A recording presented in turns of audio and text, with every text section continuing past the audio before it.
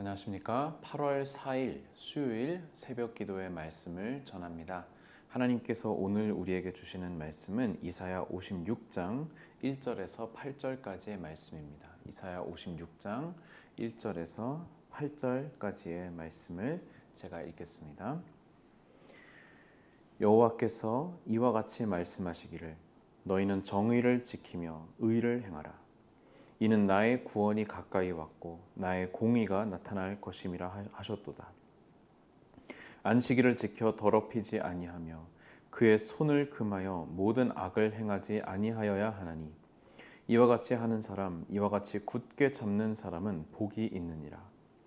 여호와께 연합한 이방인은 말하기를 여호와께서 나를 그의 백성 중에서 반드시 갈라내시리라 하지 말며 고자도 말하기를 나는 마른 나무라 하지 말라.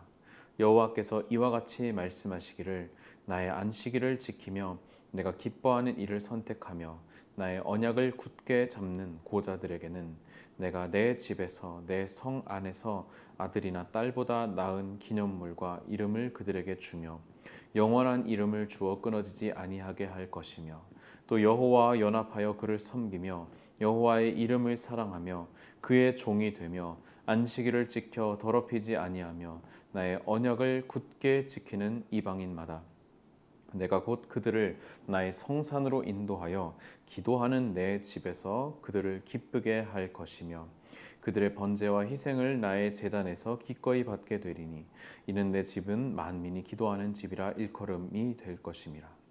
이스라엘의 쫓겨난 자를 모으시는 주 여호와가 말하노니 내가 이미 모은 백성 외에 또 모아 그에게 속하게 하리라 하셨느니라. 아멘. 오늘의 말씀 가운데에서 이사야 선지자는 하나님의 말씀을 받아서 계속해서 희망의 메시지 또 구원의 메시지를 전하고 있는 것을 우리가 보게 됩니다. 그 중에서 또한 특별히 하나님께서 말씀하신 이 부분이 있습니다. 여호와께서 이와 같이 말씀하시기를 뭐라고 말씀하십니까? 너희는 정의를 지키며 의를 행하라라고 말씀하십니다. 왜냐하면은 나의 구원이 가까이 왔고 나의 공의가 나타날 것이기 때문이라고 하십니다. 여러분 이것은 무슨 말입니까? 우리가 이 문장이 굉장히 익숙한 그런 단어들로 채워져 있지만 한편으로 우리가 자세히 보면은 조금 이해가 안 가는 부분이 있을 수 있을 것입니다.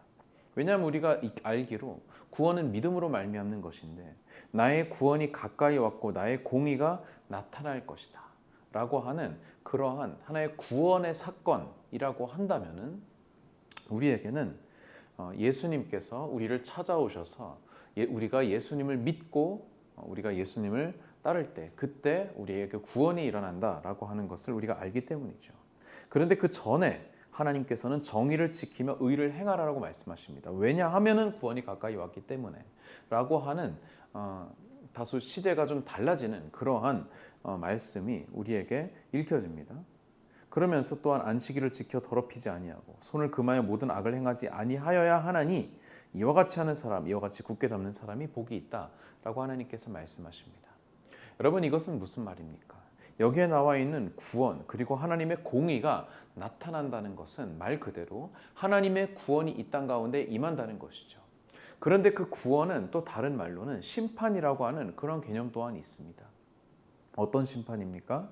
우리가 하나님의 뜻을 따라 살았는가? 하나님의 정의와 공의를 지키며 살았는가? 라고 하는 것에 대한 심판 또한 이 구원과 같이 이루어진다는 것입니다.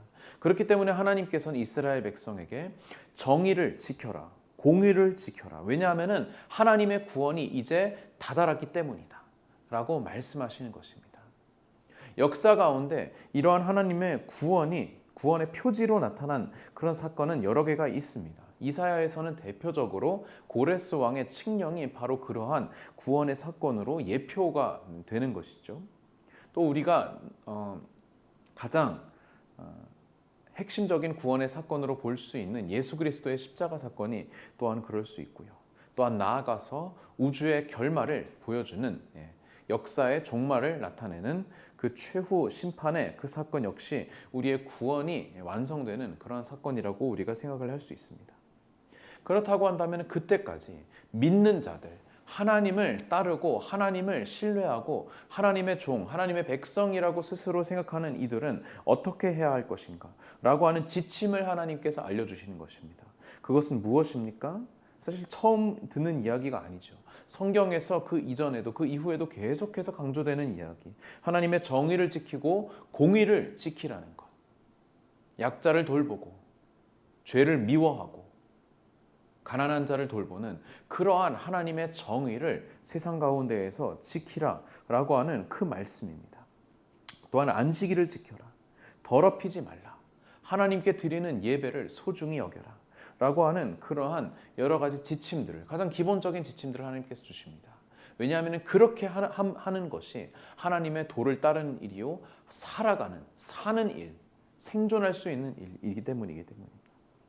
3절 말씀 보시면 여호와께서 연합한 이방인에 대한 이야기가 나옵니다. 여러분, 이방인은 기본적으로 하나님의 성회에 들어오지 못합니다. 하나님께 예배드리지 못합니다. 왜냐하면 하나님을 섬기지 않고 이방의 우상들을 섬기기 때문이지요. 그런데 이 중에서 여호와께 연합한 이방인들이 있습니다. 비록 핏줄로는 이방인의 핏줄을 타고났지만 그러나 그 마음 가운데 여호와 하나님을 믿고 의지하고 그 하나님을 신뢰하고 주로 모시는 그러한 이방인들이 과거에도 있었고, 어찌 보면은 우리 또한 그러한 이방인이라고 할 수 있을 것입니다. 이들은 말합니다. 여호와께서 나를 그의 백성 중에서 반드시 갈라내시리라 라고 그렇게 스스로 말하자면은 이제 자괴에 빠지는 그러한 말을 할 수 있겠죠. 그러나 그렇게 하지 말라는 것입니다. 그리고 또한 고자가 나옵니다. 성불구자가 나오는데 나는 마른 나무다 라고 그렇게 스스로 또한 자조를 합니다. 이건 무슨 말입니까? 나는, 여러분, 고자도 하나님의 성회에 들어올 수 없다고 율법엔 나와 있습니다. 왜냐하면 고자는 기본적으로, 성불구자는 부정한 자로 인식되었기 때문입니다. 그래서 정결한 자가 하나님께 예배드리고 하나님의 성회에 들어올 수 있는데, 이 부정한 자는 하나님의 성회에 들어오지 못하게 되죠. 그래서 말하자면 태생적으로 하나님을 믿고 싶은 마음은 있지만 그러나 태생적으로 하나님의 성회에 들어갈 수 없도록 율법이 못 박은 이들, 그러한 이들이 스스로 자조와 자괴에 빠지는 것에 대하여서 하나님께서는 그러지 말라고 하십니다. 왜냐하면 어떻게 해요? 먼저 고자들, 성불구자들에 대하여서 나의 언약을 굳게 잡는 고자들에게는 5절, 내가 내 집에서 내 성 안에서 아들이나 딸보다 더 나은 이 기념물과 이름을 그들에게 줄 것이다. 여러분, 성불구자는 어떻게 해요? 아들과 딸을 낼 수 없기 때문에, 그렇기 때문에 부정한 존재가 되는 것입니다. 구약에 따르면요. 그런데 하나님께서는 이들에게 약속하십니다. 내 집에서, 내 성 안에서 가장 성스럽고 가장 존귀한 그곳에서 하나님께서 그들에게 기념물과 이름들을 줄 것이다. 성불구자는 원래는 자기 이름이 말하자면 자기 때에서 끊어지는 것이죠. 그러나 하나님께서는 그들에게 영원한 이름을 주어 끊어지지 않게 할 것이다 라고 약속해 주십니다. 또 6절, 여호와와 연합하여 그를 섬기며 여호와의 이름을 사랑하고 그의 종이 되며 안식일을 지켜 더럽히지 아니하며 나의 언약을 굳게 지키는, 아까 1절 말씀에 나왔던 이스라엘 백성들에게 향한 그 지침들을 지키는, 굳게 지키는 이방인마다 어떻게 됩니까? 7절, 내가 곧 그들을 나의 성산으로 인도할 것이다. 가장 거룩한 하나님의 하나님의 성전으로, 성산으로 인도할 것이고, 기도하는 내 집에서 그들을 기쁘게 할 것이다. 그들의 번제와 희생을 나의 제단에서 기꺼이 받게 될 것이다 라고 하나님께서 약속하십니다. 여러분, 이것은 무엇입니까? 우리가 설사 우리의 태생으로 인하여서 혹은 우리의 외적인 여러 가지 환경 때문에 우리가 하나님을 섬기기가 어렵고 하나님을 믿는 것이 어렵고, 혹은 우리가 외부의 그런 방해나 눈초리를 받는 그러한 안 좋은 상황이라 하더라도 우리의 마음 가운데 하나님을 믿는 그 열망이 있고 그 열정이 있고 하나님의 율법, 정의와 공의와 하나님을 사랑하고 이웃을 사랑하는 그 율법에 대한 정신과 지키고자 하는 자세가 있다면, 우리가 안식일을 지켜 거룩하게 여기고 예배드리고 죄를 멀리하고자 하는 그 마음이 있다면, 아무리 예배드리기 어려운 상황이라 할지라도, 아무리 세상이 우리를 조롱하거나 우리를 박해한다 할지라도 하나님께서는 우리를 눈에 보이는 그러한 성산, 성전이 아니라 눈에 보이지 않는, 그러나 더욱더 거룩하고 참으로 진리로 거룩한 그 하나님의 하나님의 성전, 성산에서 우리로 하여금 예배하고 기도하게 하신다는 것입니다. 여러분, 이 사실을 우리가 특히 이러한 상황 가운데에서 깊이 우리가 묵상해야 할 것입니다. 하나님께서 원하시는 것은요, 우리가 예배당 현장에 나와서 예배 드리는 것, 물론 하나님께서 그것을 기뻐하시겠지요. 그러나 감염 때문에 지금 여러 가지 상황 때문에 그럴 수 없는 상황이라 한다면, 사실 이것은 지금 우리가 전국적으로 그렇게 현장 예배를 드리지 못하는 것은 처음 있는 그러한, 이번 코로나 들어서 처음 있는 일들이기는 하지만, 그러나 사실 그 외에도 여러 가지 상황들이 있지 않았습니까? 저만 하더라도 예를 들어서 군대에 있을 때라든가 훈련 중이라든가 그때는 교회에 나가서 예배를 드리지 못하고 주일 성수를 못했었지요. 그리고 여러분 각자의 상황에서도 해외에서 어떤 일정을 보내고 계시거나 아니면 어쩔 수 없이 직장에 출근을 하셔야 한다거나 아니면 병 중에 있어서 입원 중이시거나 그런 여러 가지 상황 때문에 주일날 현장에서 예배를 드리지 못했던 일들이 많이 있지 않습니까? 그래서 사실 그때는 온라인 예배 이런 것도 없었기 때문에 더 예배 드리기가 어려운 상황이었을 테고요. 그런데 여러분, 우리가 지금의 상황에서 더욱더 붙잡아야 할 것은 어떻게 하면 우리가 하루라도 빨리 현장에서 예배를 드릴 것인가 라고 하는 것도 중요하지만, 저 또한 그것을 너무나도 바라고 있지만, 그러나 그보다 더 근원적으로 우리가 하나님의 말씀, 하나님의 정의와 공의를 지키고 있는가?